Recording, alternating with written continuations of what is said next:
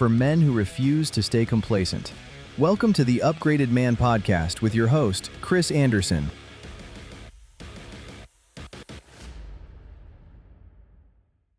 Welcome back to another recording of the Upgraded Man podcast. I'm Chris Anderson, your host. This episode is going to be a good one, and it is for those guys out there who are dads, who want to walk away, in the next 45 minutes to an hour, walk away with the ideas or the guidance to have better relationships with your kids, and even teenagers as they grow up. So super excited to dive into this one. We got Dr. Carla on the show today. Dr. Carla, welcome to the Upgraded Man podcast.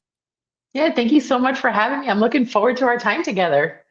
Absolutely. And we're talking in the green room. First female guest with the new rebrand of the Upgraded Man podcast. And really excited to have you on and be able to have your expertise on relationships and how fathers can better those relationships with their kids.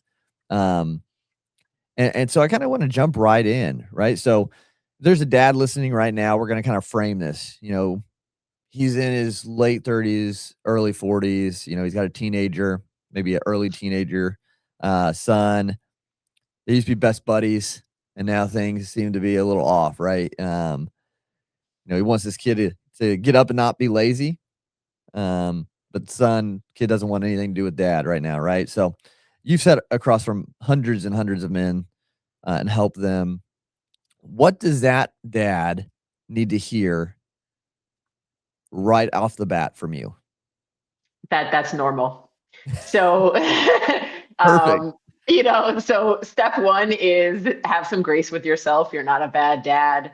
They're not a bad kid. That's the teenage years for you. So are there some exceptions? Of course, but a lot of times friends come first when in the teen years, and they don't want anything to do with you, or you don't know what you're talking about and you've never been there. So it's normal, but it is not unfixable. So there are ways to get your teens to open up to you again, or kind of bridge that gap that's grown over time between you and them. And you don't have to wait until they're 25 and graduate college. Because it'll happen eventually, but why not get it to happen a little sooner, right? Yeah. Why does that gap happen? Is that because you say it's normal? So is it just a hormonal thing? Is it like, what kind of plays the parts of having that happen? I think a couple different things happen. I think a lot of times parents, one thing, and especially with dads, because I have a girl I work with, been working with for forever, and she had stress over a test. She went to dad tried to fix it for her. They didn't get into a fight. It wasn't a big problem, but it wasn't working. She wasn't having it. She went to mom, and this is not a mom-dad comparison. It's just like sometimes guys in general just try to fix. They see someone struggling, in trouble, having a problem. They're protectors. They want to fix it, right? Sure. So this is what you should do. And she turned him off, and everything he said was no, I'm not doing that. Then she went to mom, and mom said, oh, when I was trying to take the test for the bar exam, I didn't do so well. But these are the things that I did to study, and I passed anyways. And it was kind of just like her being vulnerable and sharing a story about herself, and not saying like, don't feel anxious or just do this or just do that. She just kind of shared something about herself. And then the girl was like, oh, like the anxiety didn't dissipate completely, but the conversation was able to be had. So I think sometimes they're just looking to feel understood and heard. Don't try to fix it. It might not even be a problem. You might think it's a problem. So a lot of times I tell dads, just ask, say they share something with you. Do you want to be heard? Do you want me to, give you some feedback? Or do you want me to celebrate you? Is this just a cool thing that happened to you today? Yeah. So, because, I think I just kind of think back to when I was a teenager and stuff, parents are like, how's your day at school? They're trying to start a conversation as well. And it's like, fine, good. And that was it. It's like, so, how do you still kind of navigate that with the same kind of mindset of like, hey, how can I support you? Or how does, bridging those conversation gaps that seem to be so prevalent in that age group? Well, I guess I would say, like, think about when you come home from work and Sure. if you have, a wife or whatever, and do you want them just like battering you with questions about everything that happened? Like, Sure. Right. you need some time to just decompose or, decompress, excuse Sure. me. Yeah. Decompose. Um, and the same thing goes for kids. I mean, yes, can they be locked in their room too much at times as teenagers? And of course, but I feel like sometimes we're just like, sometimes we have to put ourselves in their shoes and say like, and ask them like, what do you want right now? Because Yeah. like you can tell like the energy, like if you're in the car with them as soon as you pick them up from school, you can tell if they're just like a motor mouth and they want to talk to you, or they're like just shut down and they just need a moment because the day was a lot for them. You just Mhm. have to kind of listen to those cues. Yeah. And I think that's a good point. And I think again goes kind of go back to that fix it mentality too. Like if you pick up on the cues and immediately you want to like figure out what the issue is so you can like solve the problem for them, and instead of just kind of giving them space and allowing kind of them to come to you, because we want to, right, as dads, we want to let our kids know that they can come to us for anything, right? And so walking those conversations of like they know they can come to us no matter what, and not immediately like going to discipline or going to like being upset, like could be a hard kind of path to walk. But I think,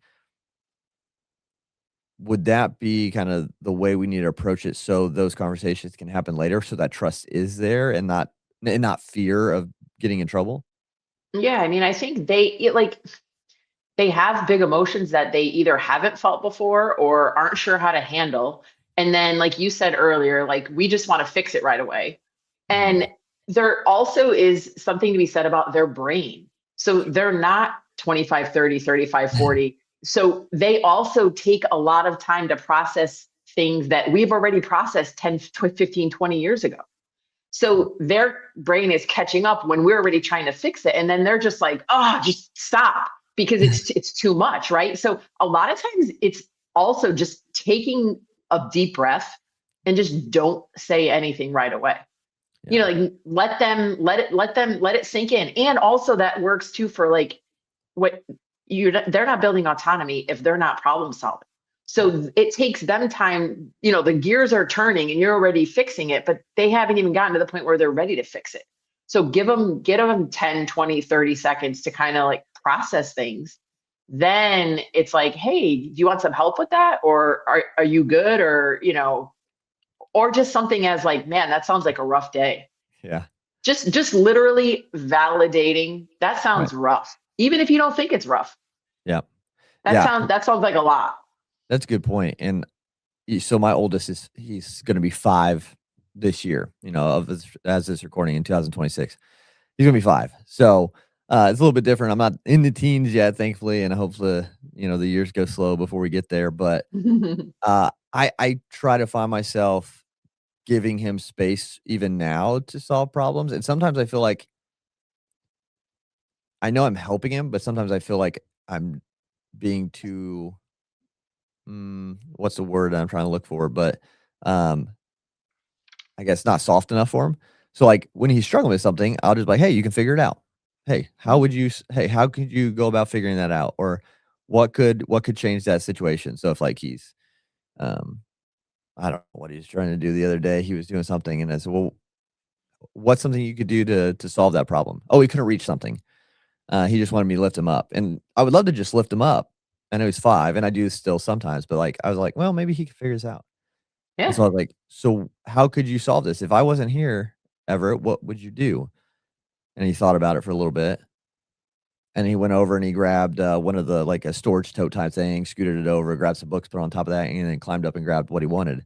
And so I was like, "Man, I'm really proud of you. You thought through that and you solved that problem on your own. Good job." Um, and I think how did like, I don't know, just because you hear about, you know, hard times make, strong men make easy times make weak men. So, like, balancing, like, being tough on your kid versus making it too easy on 'em. Do you see that when you're talking to dads? Like, is there a dynamic there? Do you see more dads trying to be too soft nowadays, or there are a lot of the dads you talk to are being way too hard on their kids?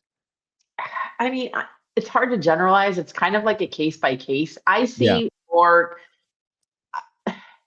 if maybe the dad isn't hard on them, or but I Mhm. might see the dad less. So I might see the mom a lot, but I Okay. might see the dad less. But honestly, I have a lot of families where the dad is the one reaching out to me. But Right. I wouldn't say that they're soft. I think they're actually like open. They're confident enough that they're open enough to look at themselves and Sure. say, "Ooh, maybe I shouldn't have said that." Or like they ask me, like, "What should I do about such and such a thing? This is Yeah. happening," And I think that's more of it than there's some dads out there that are just like do it yourself, kind of thing. Sure. Yeah. But what you just explained is productive struggle. That's okay. Yeah. Like he needs to figure that out. And then, if he falls down and he cuts his knee and he's bleeding, yeah, hug him. You know what I Yeah. mean? Like you don't want to let, Right. but when he's trying to figure out how to get the book down from the shelves, yeah, that's a good little Yeah. problem solving activity, right? Yeah. So, maybe in the store when you don't have time, maybe you just pick them up and grab it. But at home, you can give them the time to do that. So yeah, I think you handled it well. And I think, yeah, I mean, I do see dads that are a little tough at times, but they're Mhm. also underneath it. They've just been like that for quite some time and they Yeah. want to be different, you Yeah. know? So okay, so I'm gonna give you another scenario that I do, and I love your complete from your perspective, Yeah. honest feedback on it because I know why I did it. But so there's a thing called Coyote Kids here locally. It's a running thing. Kids from like 4 and up to teenagers can run it. Different distances. So Everett, he's in the shorter distance. He kind of runs. He's kind of doesn't like being around a lot of people right now. He kind of always trying to figure it out, like what's going on, and very perceptive. And so he'll finish whether we're helping him or walking next to him or whatnot. And everyone who finishes gets a popsicle and a participation ribbon. And so I talked to him. I said, "Hey, buddy, you did not win, so you don't need a ribbon because you didn't win. You didn't come in first, and that's okay." I said, "I still love you. You tried really hard. I'm proud of you because you went out here and did it. And it's okay to lose, but you're not just going to get a ribbon just because you tried, because that's not how Hmm. life works." I said, "So in this race, you lost." I said, "But that's okay. You tried. You gave your effort, and I love you, and I'm proud of you." And I give the ribbon back, and he doesn't get the ribbon, but he gets a popsicle. I'm not a terrible that bad. So what's your perspective on something like that? I think that's great. I think it's all about Yeah. effort and it's about progress. Yeah. So I work with a lot of teens. So Everett's 5, he's going to be Yeah. 15 someday. And Okay. a lot of teens that their sole purpose and their identity has become achievement. Right. And do we want Everett to achieve? Absolutely. Like, Right. of course. Yet, if he gets a B, are we going to be okay with that? Yeah, we're going to be okay with that. Yep. Right. So if he wins the race, it's a celebration. If he finishes the race, it's a celebration. Yep. If he gets a better time than last time, it's a celebration. Right. Yep. So yes, it's Everett might be a great artist. Everett might not be a great artist, but I hope his art teacher grades him on his effort, not on what the outcome of the art project is, Right. right? Yep. So again, I think that that's great. I think that it's nice for them to give out the awards or the whatever they are, the The ribbons and medals, the yeah. Uh-huh. ribbons. Yet no, they didn't win. Right. And so I think by you explaining it to him, if you just took a ribbon away and said Right. something, but Yeah. you're like, hey, yeah, dude, you get the ice cream because you finished. Yeah. Awesome job. You didn't win. Perfect. So again, it's based upon his effort because he ran his hardest. Yeah. And maybe it's a little game of like, ooh, did you get a faster time this time? And then it's just kind of like that progress piece. Yeah. Yeah.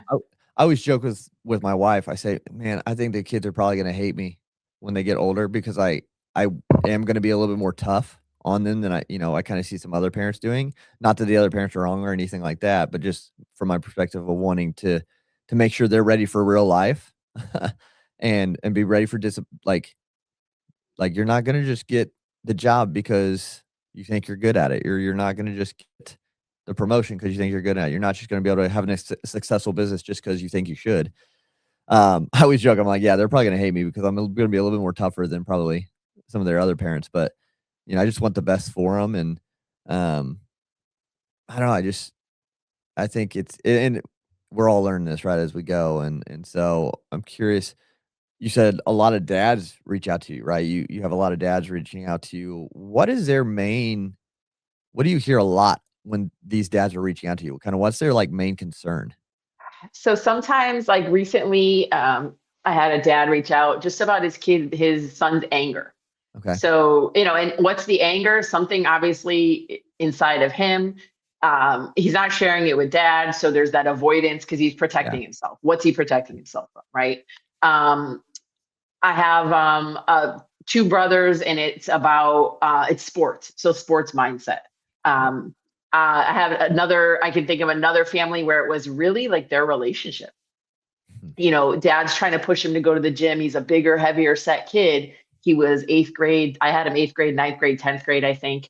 And, he doesn't want to go to the gym. And, like I have this conflict. And it was more of their relationship. The gym was part of it, but Uh-huh. the son would share, like, well, this is what dad says. And I feel like this. And, so Mhm. I think it's a lot of relationships. Yeah. And then, I mean, it's all again, it's all relationships. Let's just say that, because when it comes down to it, it's Yep. you want to have a good, and it's helping. It's me supporting the kid to remove the resistance. So, like, I'm far enough removed that I'm not emotionally attached. So I can work with this kid and that kid and help you because you've tried this, that, and the other thing, and it's not working because you're too close to it. Mhm. So that's kind of the nice piece. But yeah, it's it's a varying, it's just like the moms. It's different reasons that the moms reach out, Sure. but it does definitely come down to that connection, those relationships for Yeah. sure. So when they call Yeah. you and say, "Hey, this is happening," basically around a relationship. So I want to have a better relationship with my son, my daughter, whatever it is. There's a gap there. Do you have something that you kind of lean into first when you're having the conversation? Maybe something you ask them straight out of the gate to see Yeah, how I they mean, right off the bat, it's like, well, what do you think's getting in the way? Mm, So what do you think it is? Could it have been someone passed away and there was a major event? Could it be something that's been festering for years? Could it be something that happened to them when they're 4 years old? Could it be more recent?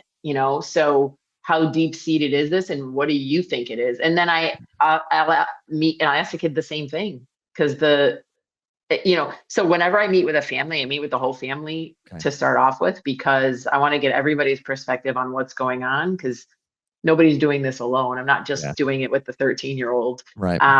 But yeah, it's like, well, what do you think's getting in the way? And then, like like the follow-up is then, well, what do you want this to look like? Like do you want to be, because everybody has what their ideal relationship with their kid is going to look like. And Right. okay, so how can we get you there? And the kid might have something different. So it's also respecting what the kid wants it to look like as well. Um, so both people are vested in this. Yeah. And I'm sure there's different levels, right? Because you'll have to parent differently at different ages. So, like, obviously, my kids are really young. Everett's the oldest at almost 5, and so it's a lot more encouraging, showing the love, like, not as much discipline. I mean, obviously, still discipline a little bit to teach them that, but it's more I don't even know. I don't know the correct terms, but I feel like we're in a building stage kind of with them, whereas what's the kind of those stage levels, I guess, is where I'm getting at, that the way you parent changes as they age. Well, I think like they're all imprinted in that Mhm. that early elementary, mid elementary range of that's when they start beginning to get their habits and their everything is like imprinted at that point. Okay. So that part, so I know you brought up discipline and we could talk about that differently, but then it goes to, middle school is it's just a lot. Yeah. Okay. So middle school, you have to kind of just have a lot of grace and a lot of patience. Yeah. That's when that's when they start really exploring their identity. Yeah. So elementary is more like follow the rules. This is what I want to, like getting to know their habits, their routines, who Mhm. are they? Then it's exploring themselves. Then high school, we get more into independence piece. So it's good to start giving them let them feel natural consequences, let them have productive struggle, and let them kind of explore their identity at Everett's age, 4, 5, 6, 7, 8, then into middle school within reason. Obviously, Sure. there's certain things that you just say no to because that's just not appropriate. Yeah. And then in high school, because it's all identity shifts. Yeah. It really is. Yeah. So the stages matter, and they're going to try the goth look, then they're going to try the sports thing. And some kids don't. They just know, Right. and they just go straight through, and that's just who they Sure. are, and that's fair enough. But then there's also like, I'm into philosophy. Now I'm into this, so I think it's healthy to support them through all of it. But I think it's really important early on to get them thinking the right way, because their thoughts create their emotions create their behavior, and that creates their life. So if you wait until they're 17, it's not too late, but they've had 10 years of certain things ingrained, right? Yeah. So, Because yeah. I think there was like a stat like that I read, like parents only have until the kid is, I want to say 7 or 10 or something like that, like you mentioned. Yep. They only have those years to impact their child for the future, basically. And after Hmm. 10, it's more external, um, their environment, their school, their friends, they have more impact. Those people have more impact than the parents do at that point. And Hmm. then I can't remember if it was like 18 or something like that. After that, then the parents have like no impact.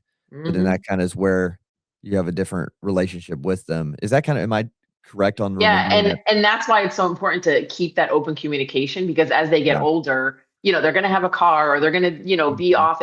And think of how much time you are going to spend with them if they go to traditional school. Of Right. course, someone else is going to have more influence because you don't see them. You Right. never see them. Yep. So if it's important as possible to it when you do have that time, make it quality time. Yeah. I mean, and that's not always possible. Understood, people have really busy schedules, but yeah, that's absolutely right. The influence becomes, so that's why it's so important to get them grounded in who they are early on, because then they can be offered things, good, bad, and otherwise, and they have the ability to stand up for themselves and say yes or say no. Yeah. Yeah. And I just think all that. Like I think of the future of like, man, how can I prepare these 3 little munchkins to just be able to take on the world, if something was happening to me or, or just when they're at that point and out there, it's like, am I doing the right stuff? Am I doing the right thing? Did I say the right thing there? Was I too harsh on them on that discipline? And, like, it's just because, yeah, I mean, you just want to prepare them. And with that, kind of makes me think of discipline, right? I mentioned that a couple times.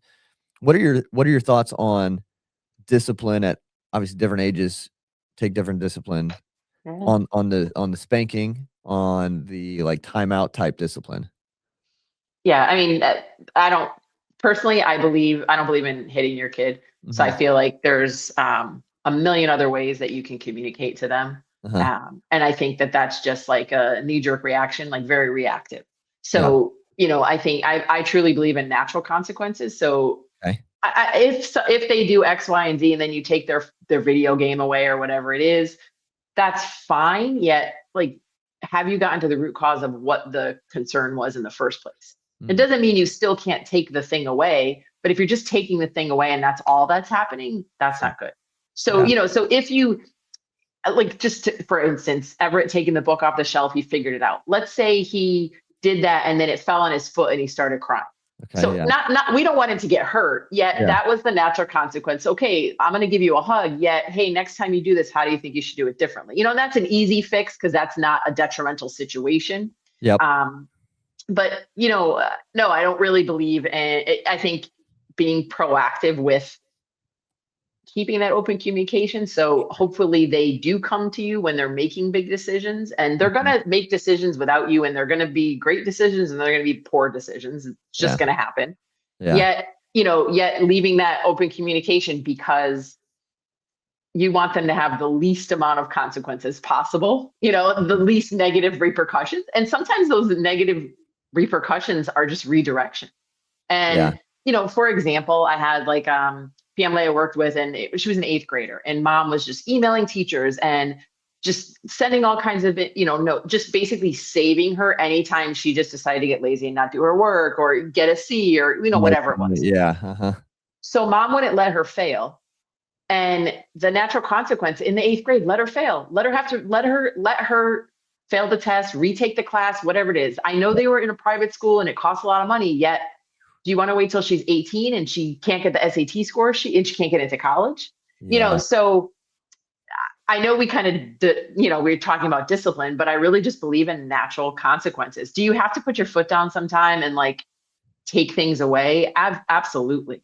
There has to be consequences, yet making them as connected to the situation as possible. Because if it doesn't relate at all, they're just gonna be annoyed, and you're annoyed, and you're like, I took away the phone, but they did something wrong with nothing. It didn't have anything to do with technology, but I took the phone away. So, and like it sounds like you have the conversations with Everett, and just having the conversation about it with them as well. And that's been something like we've navigated. Because I mean, I was spanked growing up. I don't have any negative like memories. Like, like it was fine. Like I just learned like, and it wasn't like all the time. It was like you got warned a lot, and then it's like, okay, this is the final thing. Like we've warned you. We told you what was going to happen. Here's a consequence. And so we've had that conversation a little bit. We spanked Everett a couple times, and again, it's nothing like what I got spanked like, because I'm sure it felt like that to me when I was a kid, but I'm sure it was the same for my parents. Like you don't want to do it, and so like it's never. But I've started to shift a little bit too, because I don't want him to correlate anything negative to it to doing a wall sit. One, because like, okay, well, it'll make him stronger, and it's a consequence, because he can't do a push up yet. What about something like that as like a fit, like I they can love feel it? it. And it's hilarious watching him do a wall sit. For like I count to 5, and they're like barely down in the position, but like they still are like so. I'm trying to be different, get them still hopefully have a benefit of it and show them the discipline. But there are a couple of things like I told him, I said, like if you bully someone else, that's gonna be a straight, probably a spanking, because like we are not gonna be bullies. Like that's just there's no tolerance, and you don't hit a woman. I said, so if you hit mom, your bottom's gonna get tapped. Okay. And those are like we talk about all the time, and we obviously haven't had those issues, but just getting it in their head of like those are like 2 non-negotiable type things. And so, but yeah, the wall sit. I was trying to. I saw someone else doing it. They had posted like, yeah, instead of spanking, like we make them do push-ups. Their kids were older, and I was like, well, they could do a wall sit maybe. So we shifted to that. I don't know. And I think what you said about the communication too, it's like, let's say when he's a little bit older, it's Everett, it's giving them the instruction like, hey, after dinner, please load the dishwasher. Let's say that's his task, right? Yep. And it's the expectation that it's done. And you give him a choice. You can do it at right after dinner, or you can do it within an hour, but it needs to be done by 8 p.m. Let's just say, right? And he knows like it has to get done. And then if he doesn't do it, it's the consequence of no iPad, whatever, fine, right? And then he still has to do the thing, so it's like you have to do it anyway. So if you get it done at 8, great. You just move on with your life. If you don't get it done till 10, you still have to do it, and there's a consequence, right? So yeah, but clearly communicating, and then giving them the choice. Like if it's something like that, when you can give them a choice, like if they're hitting someone or they're bullying, that's a different situation. Right. And then they really need to look at it's digging down to, well, what are you thinking about and feeling inside that made you feel so terrible that you had to project that onto someone else? Yeah. That's where, in addition to whatever consequence you want to give them, it's that. And then having them face that person and talk to that person, because like you're going to see, he's going to get a phone, and it's so easy. Like, you can hide behind comments, you can hide behind messages, it's very easy to get wrapped up in that. And it's not easy to go up to someone and say something inappropriate to them. It's kind of hard. Yeah. Yeah. Yeah, and that's a whole nother layer, like having a parent through cyber stuff and online stuff that is just crazy to think about, and just trying to protect the best we can as a dad, and just doing our best, right? And so you've helped like tens of thousands of families. You've had a lot of success helping these relationships. Is there one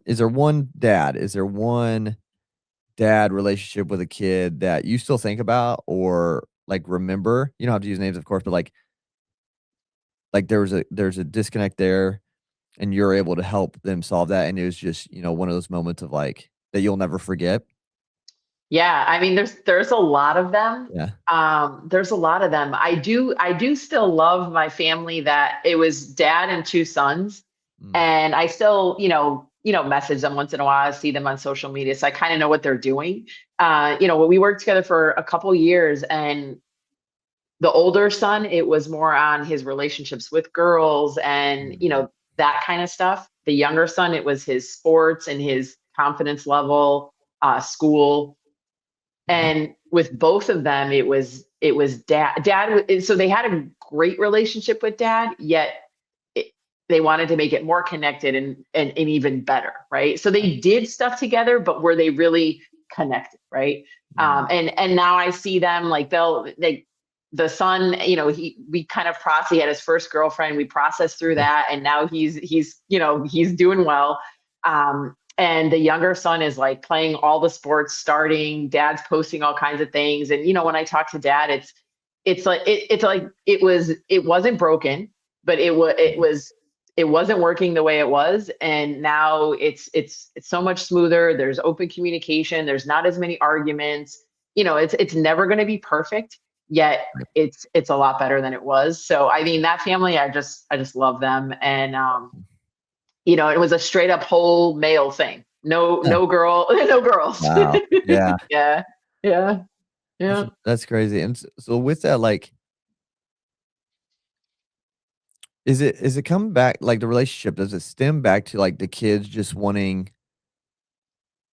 like the approval and respect from the dad more, and the dad's necessarily maybe not giving it, right? He's just trying to fix the problem. Is that kind of like an Yeah, underlying? that's a big part of it. And Okay. and it's also a part of, like, from the dad's point of view, Uh-huh. that so like Everett, you're his hero. Like, you're 4, 5, 6, 7. Then they get to middle school and to high school, and it's like so and so's way cooler than you are. Uh, And you pretend like you don't care, but you care. Like, that's your sure. boy, Yeah. And you're like, Yeah. I thought you were my boy. No, no, I'm going out with so and so now. So there's a big piece of like the letting go on the dad's part too. Yeah. And he doesn't mean you have to let him go and he's not yours anymore. It just means you have to let him fly a little bit. And that can be hard. Yeah.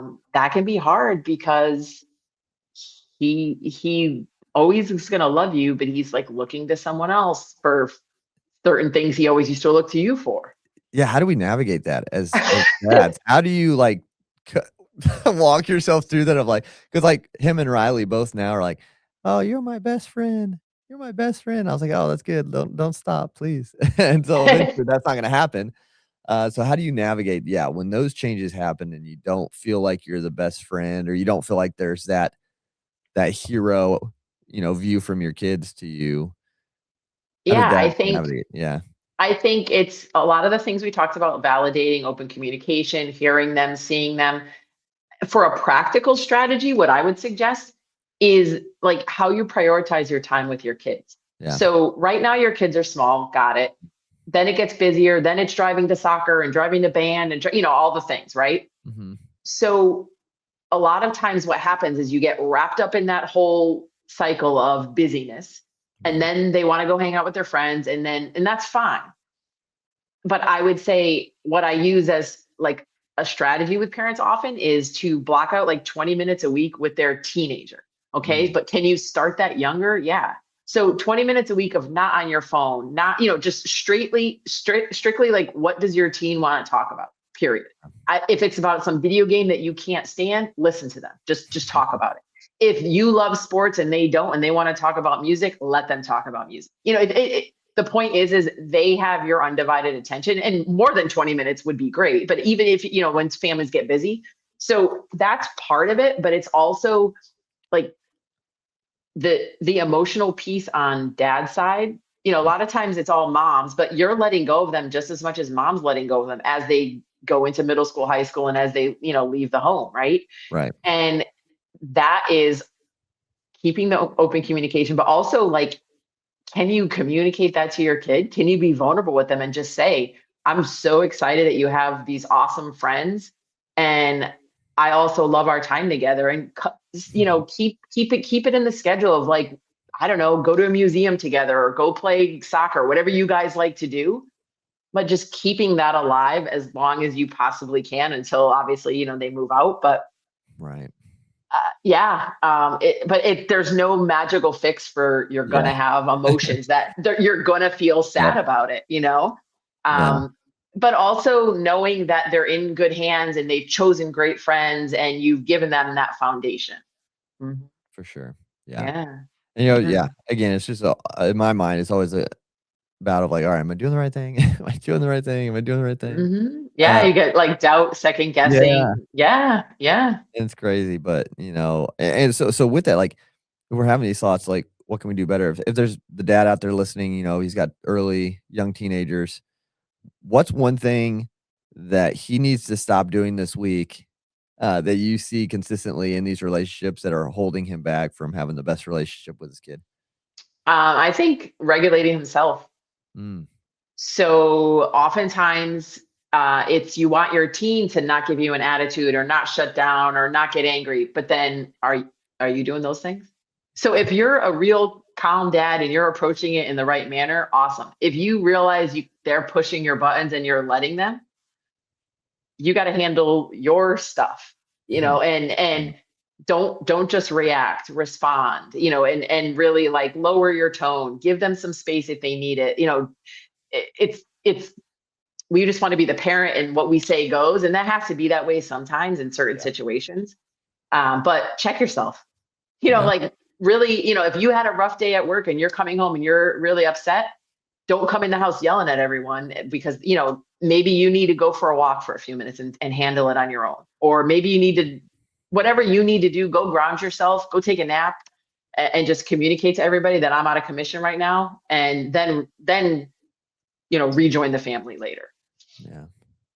Yeah. That's a good point. I think lead by example, right? And so easier said than done sometimes, obviously, for everybody. But and I think that goes to kind of knowing yourself a little bit, like understanding what ticks you off quicker than other things, and when you get overstimulated, and be able, like you said, kind of process through and show like, all right, you guys are really irritating me right now. It's not gonna be good, so I'm gonna go out here for a second. And so and just kind of having those open conversations. But if a teen has that, maybe it's not because you talk about they're not motivated, they don't do anything, and maybe it's not a motivation. Like I know you've talked about before, it's not a motivation problem, but it's an identity problem. So how can we start helping that relationship as a dad, helping them with that identity of their own, so they can. I think it's seeing them where you want them to be, not seeing them where they are right now. So it's like with anything else, say you run a business, and you want it to be at such and such a level, but you're stuck and you're not getting, it's not working right now. So if you focus on what's not working, is your business going to get better? No. You kind of have to be delusional, be like, I have the best business in the world, and take all the action steps towards that. Right. Yep. It's the same thing with the kids. So instead of saying like, you're so lazy, you always forget to do your homework, are there going to be moments where you get frustrated? Yes. Don't, but is that going to help the situation? That's not going to help the situation. Right. So it's when you do see, if let's just say it's a homework thing and they're not getting their homework in, and you want to tell them how lazy they are and this and that. When they do pass in that one assignment, and when you do see their grade go up, or it's celebrating those small wins and seeing them where you want. Oh, I knew you put a lot of effort in, and then I saw your grade go up. Or, just it's focusing on it's choosing what you want to focus on. Yeah. So, I mean, in a situation where they are not motivated, there's a lot that goes on around that, but it starts with you seeing them where they can't see themselves right now. You know the potential they have, and kind of injecting that potential into them versus injecting the where they are right now into them all the time. Yeah. Yeah. It's Yeah. interesting. Yeah. So I coach middle school soccer as well. So I Mm. don't have middle school boys, but I coach them. So I have a little bit of connection with them. And I see that same thing of like, I see their potential. And so I have to navigate that journey of, you guys are really messing up at practice right now, but like you have so much potential. And that's why I'm getting on like this drill so much, because we are not doing it to where I see your potential at. Like, you guys are way better. Like, you are so much better than this. Like, we have to keep working on this drill to get to where I know you can be, and trying to motivate them, but also teach them discipline and, Mm-hmm. the hard work part. So, I get a little bit of that, not my own. So it's easier because it's not actually my own kid and they're not with me Mm-hmm. 24/7. But yeah, and it's the same. Like, so have you heard people, I try to learn constantly, and had learned, or someone said something that you don't want to say, "Hey, I'm so proud of you. You work so hard. I'm so happy that you work so hard." But instead, um, you're supposed to shift the wording to be, instead of focusing on like that they worked hard, that they, "Hey, you were really creative right there," or "You were really," like things like that.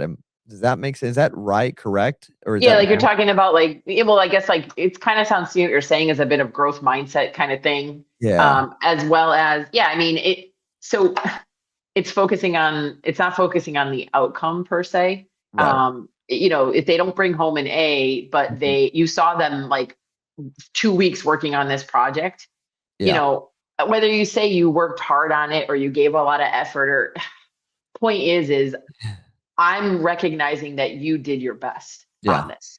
Okay. Yeah. And you may not have done this paragraph right and that paragraph right. So I see why you got the B, yet, you know, like great work, Mhm. and so you're recognizing that effort and that, and it's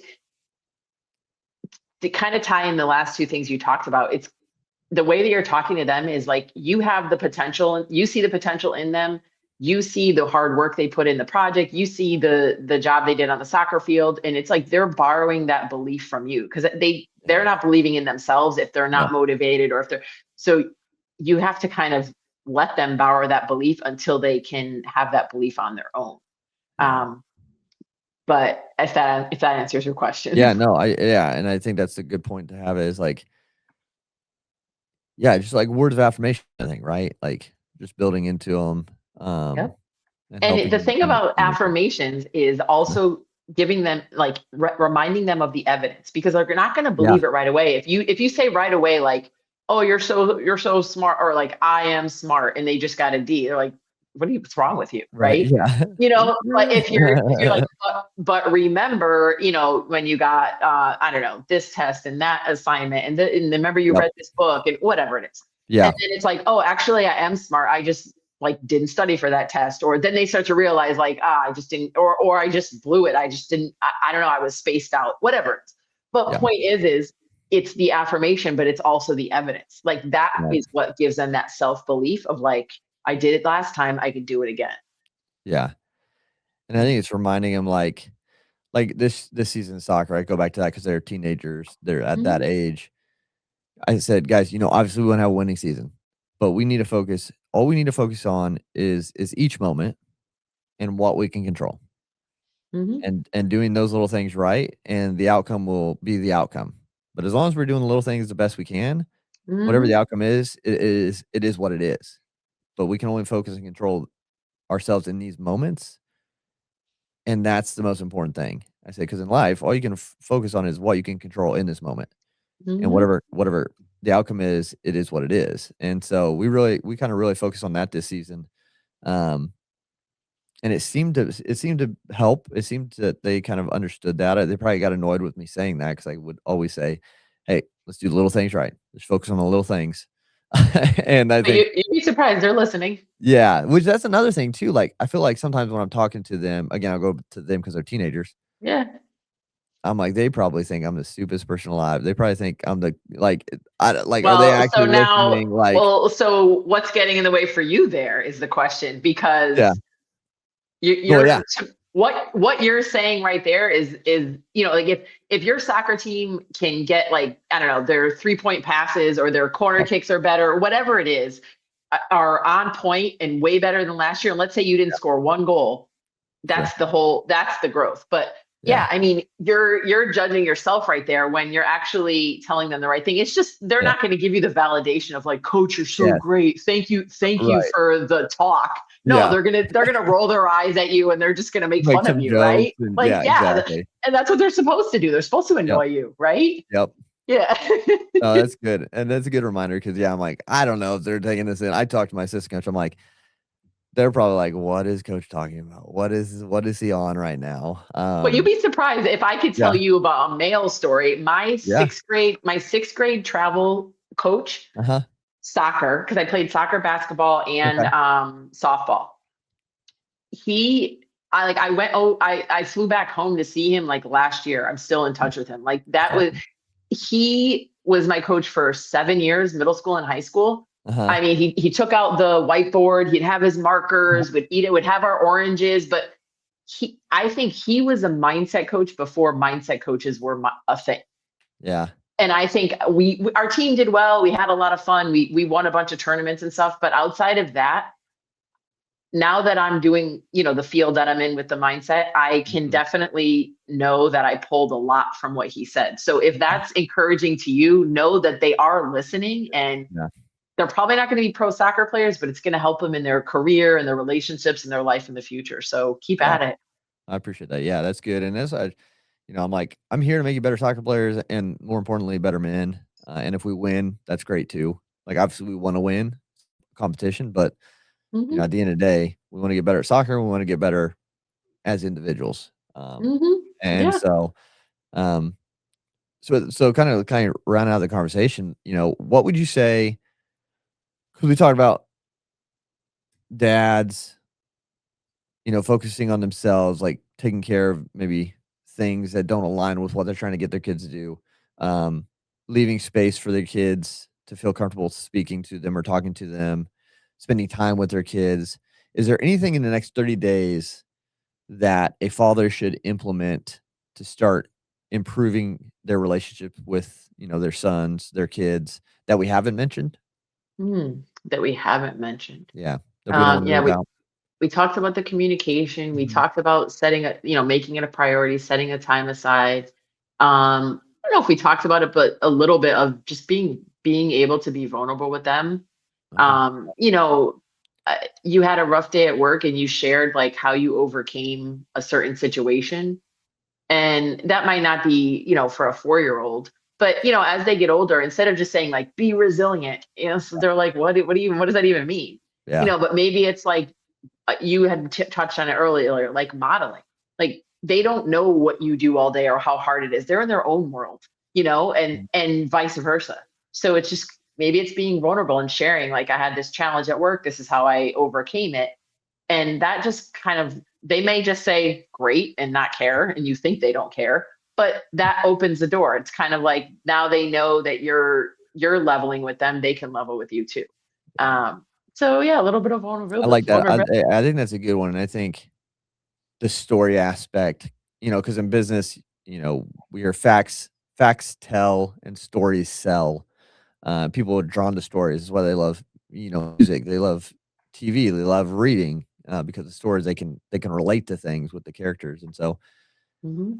trying to have the stories to be able to relate or to be able to share that the kids can relate to, I think that vulnerability piece too is important because Mhm. I feel like if they see you as, they're perfect, they never mess up, they never have a bad day, well, they don't want, how can I speak to them about that?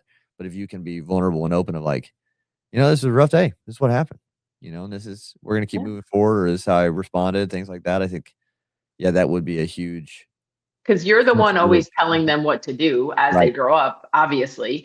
Yeah. And that's okay. That's normal. That's what your job is. Yep. And you get less resistance because you're gonna keep telling them what they need to do. And one day they're just gonna be like, just going to give you a bunch of resistance. They're not going to be for anymore, and they're going to be annoyed with you. Yeah. And but then then they're just going to think in their heads, why don't you do it yourself, right? So that's still going to happen. You're not going to avoid that. Yet, it's showing that you're human too. And yeah, that's a good one to start implementing. How can we be a little bit more vulnerable with our kids based on their age? Yeah, it's scary, but it's okay. It's scary. Yeah. Just give it a shot. What's the worst that could happen? They get annoyed with you anyways. Yeah. Anyways, exactly.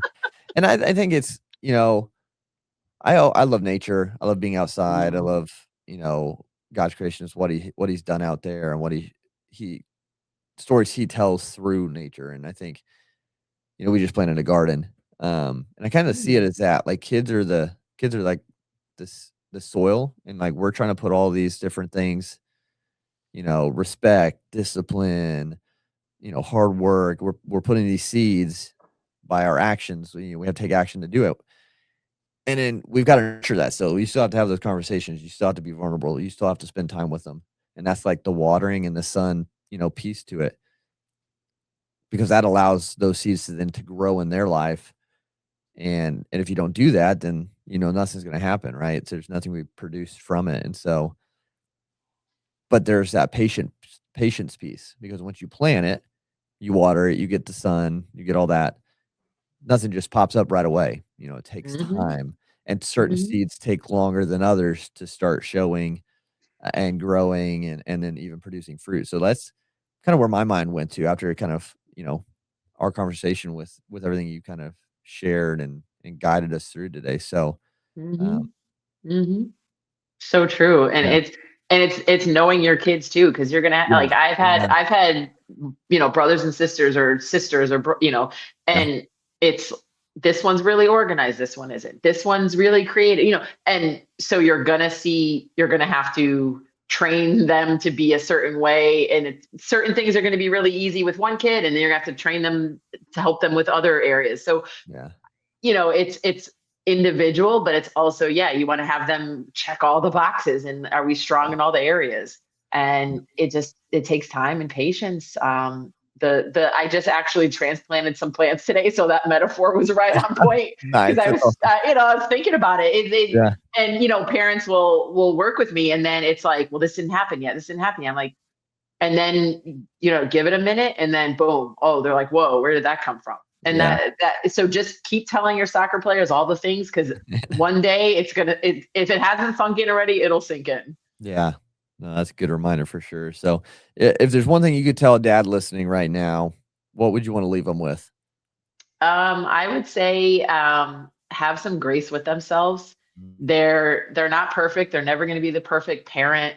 If you're giving your time, effort, energy to the best of your ability, and you're always trying to improve yourself for your kids and your family, that's the best any kid can ask for, is a genuine, kind, loving dad that's giving the best with the skills that they have, and keep learning different skills and trying to do new things with your kids, and know, like you said, it's just going to take some time, but have grace with yourself. It doesn't happen overnight. And if you're trying to be a better parent, kudos to you. Yeah, I love that. I think that's a great message for dads listening, and it's been a great conversation. So I appreciate you, being on and sharing your expertise for dads listening to this, or soon to be dads, or people who want to be dads in the future. And I think it tracks with all that. And so shifting to the kind of our end cap to the episodes that were started, I have the Upgraded Man journal right here. And what we're doing is each guest is leaving something for the next guest to think about or to respond to. And so I'm going to read you what Dr. Bobby Shelton left from episode 503, and kind of let you respond and kind of sit with this. So what he left for you is, are you the person you want to be, or are you just thinking about it? I like that. That's an identity one. Yeah. I think that am I giving an answer? Yeah, you can, for sure. I think in many respects, I am that person. And in many respects, because I've stepped into an identity that I'm in now that I wasn't in, say, previously, Mhm. and I'm currently not other things that I want to become next, right? So I think it's a little bit of both. I think it's certain things that no longer serve me, they're gone, that's out of the picture. And there's some things that I'm hanging on to that I probably could let go of. Yeah. And then I'm here where I'm at right now, but am I the next person of, am I at that next level yet? I'm working on it day by day. And I love that. Ooh, I want to steal that. Well, So I there you guess can the have it. answer is a little bit of both, right? Yeah. Yeah. And I love it Ooh. because that kind of meshes right with, the purpose of the show, Upgraded Man. It's not about a destination. It's not about hitting a certain tier or a certain level. It's about the journey. And we're never Hmm. done, and we're always wanting to improve, and just keep getting better each day. And so I love that. And so now my question to you is, what would you want to leave for our next guest, whether that be a quote, a comment, a question? What do you want Okay. to have in the Upgraded Man Journal? Yeah, I like the quote. So the quote, like always, that stuck with me as a kid was like, treat others like you want to be treated. And that was what was told to me by, I think it was my dad, amongst other people, obviously, right? And I like to kind of almost upgrade that quote and say, like, treat yourself like you want others to treat you. Mm, So you want to, treat everyone else kindly, but I think sometimes we forget that, or maybe we don't forget, but are we reflecting on how we're treating ourselves? yeah. And so I think that would be the quote I would share for the next person of, you know, around kindness and around, self-respect and I love it. yeah, Yeah. yeah. Treat others the way you want to be treated, and then treat yourself the way you want others to treat you. Yes, yes. That's good. That's a great one. And I'm excited to see the next guest, whoever that might Me too. be, Me and how they too. respond. So y'all have to tune in to the show, follow the show, so you can see the answers to that quote from our next guest. But again, Dr. Carla, thank you again so much for being on here, sharing your expertise for men to become better fathers and just have better relationships. And if people want your help, if they want to connect with you, where's the best place for them to do that?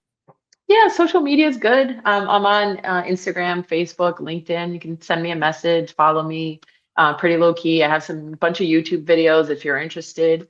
And if you really liked it, give me, we can book a call and see how I can help their family. But just a lot of valuable information out there for anybody that wants to improve and just upgrade themselves and their family. I'd be happy for them to reach out. Yeah. Awesome. Yeah, so guys, if you're needing help, you want to improve your relationship with your kids, with your families, definitely reach out to Dr. Carla and just continue to get help from her. And but make sure you're following the show if you're not already. It just helps us get this in front of more people, and then share it with a dad or maybe your father, uh, and help us help more people together by doing that. So, but again, Dr. Carla, thank you so much for being on the Upgraded Man podcast today. And Chris, thank you so much for having me. It was great. I love the conversation. Thanks for all your, vulnerability today too. You shared a lot about yourself and your family. So made for an amazing hour. Thank you very much. Absolutely. Awesome. Well, yeah, guys, thanks for tuning in. We'll talk to you again next time.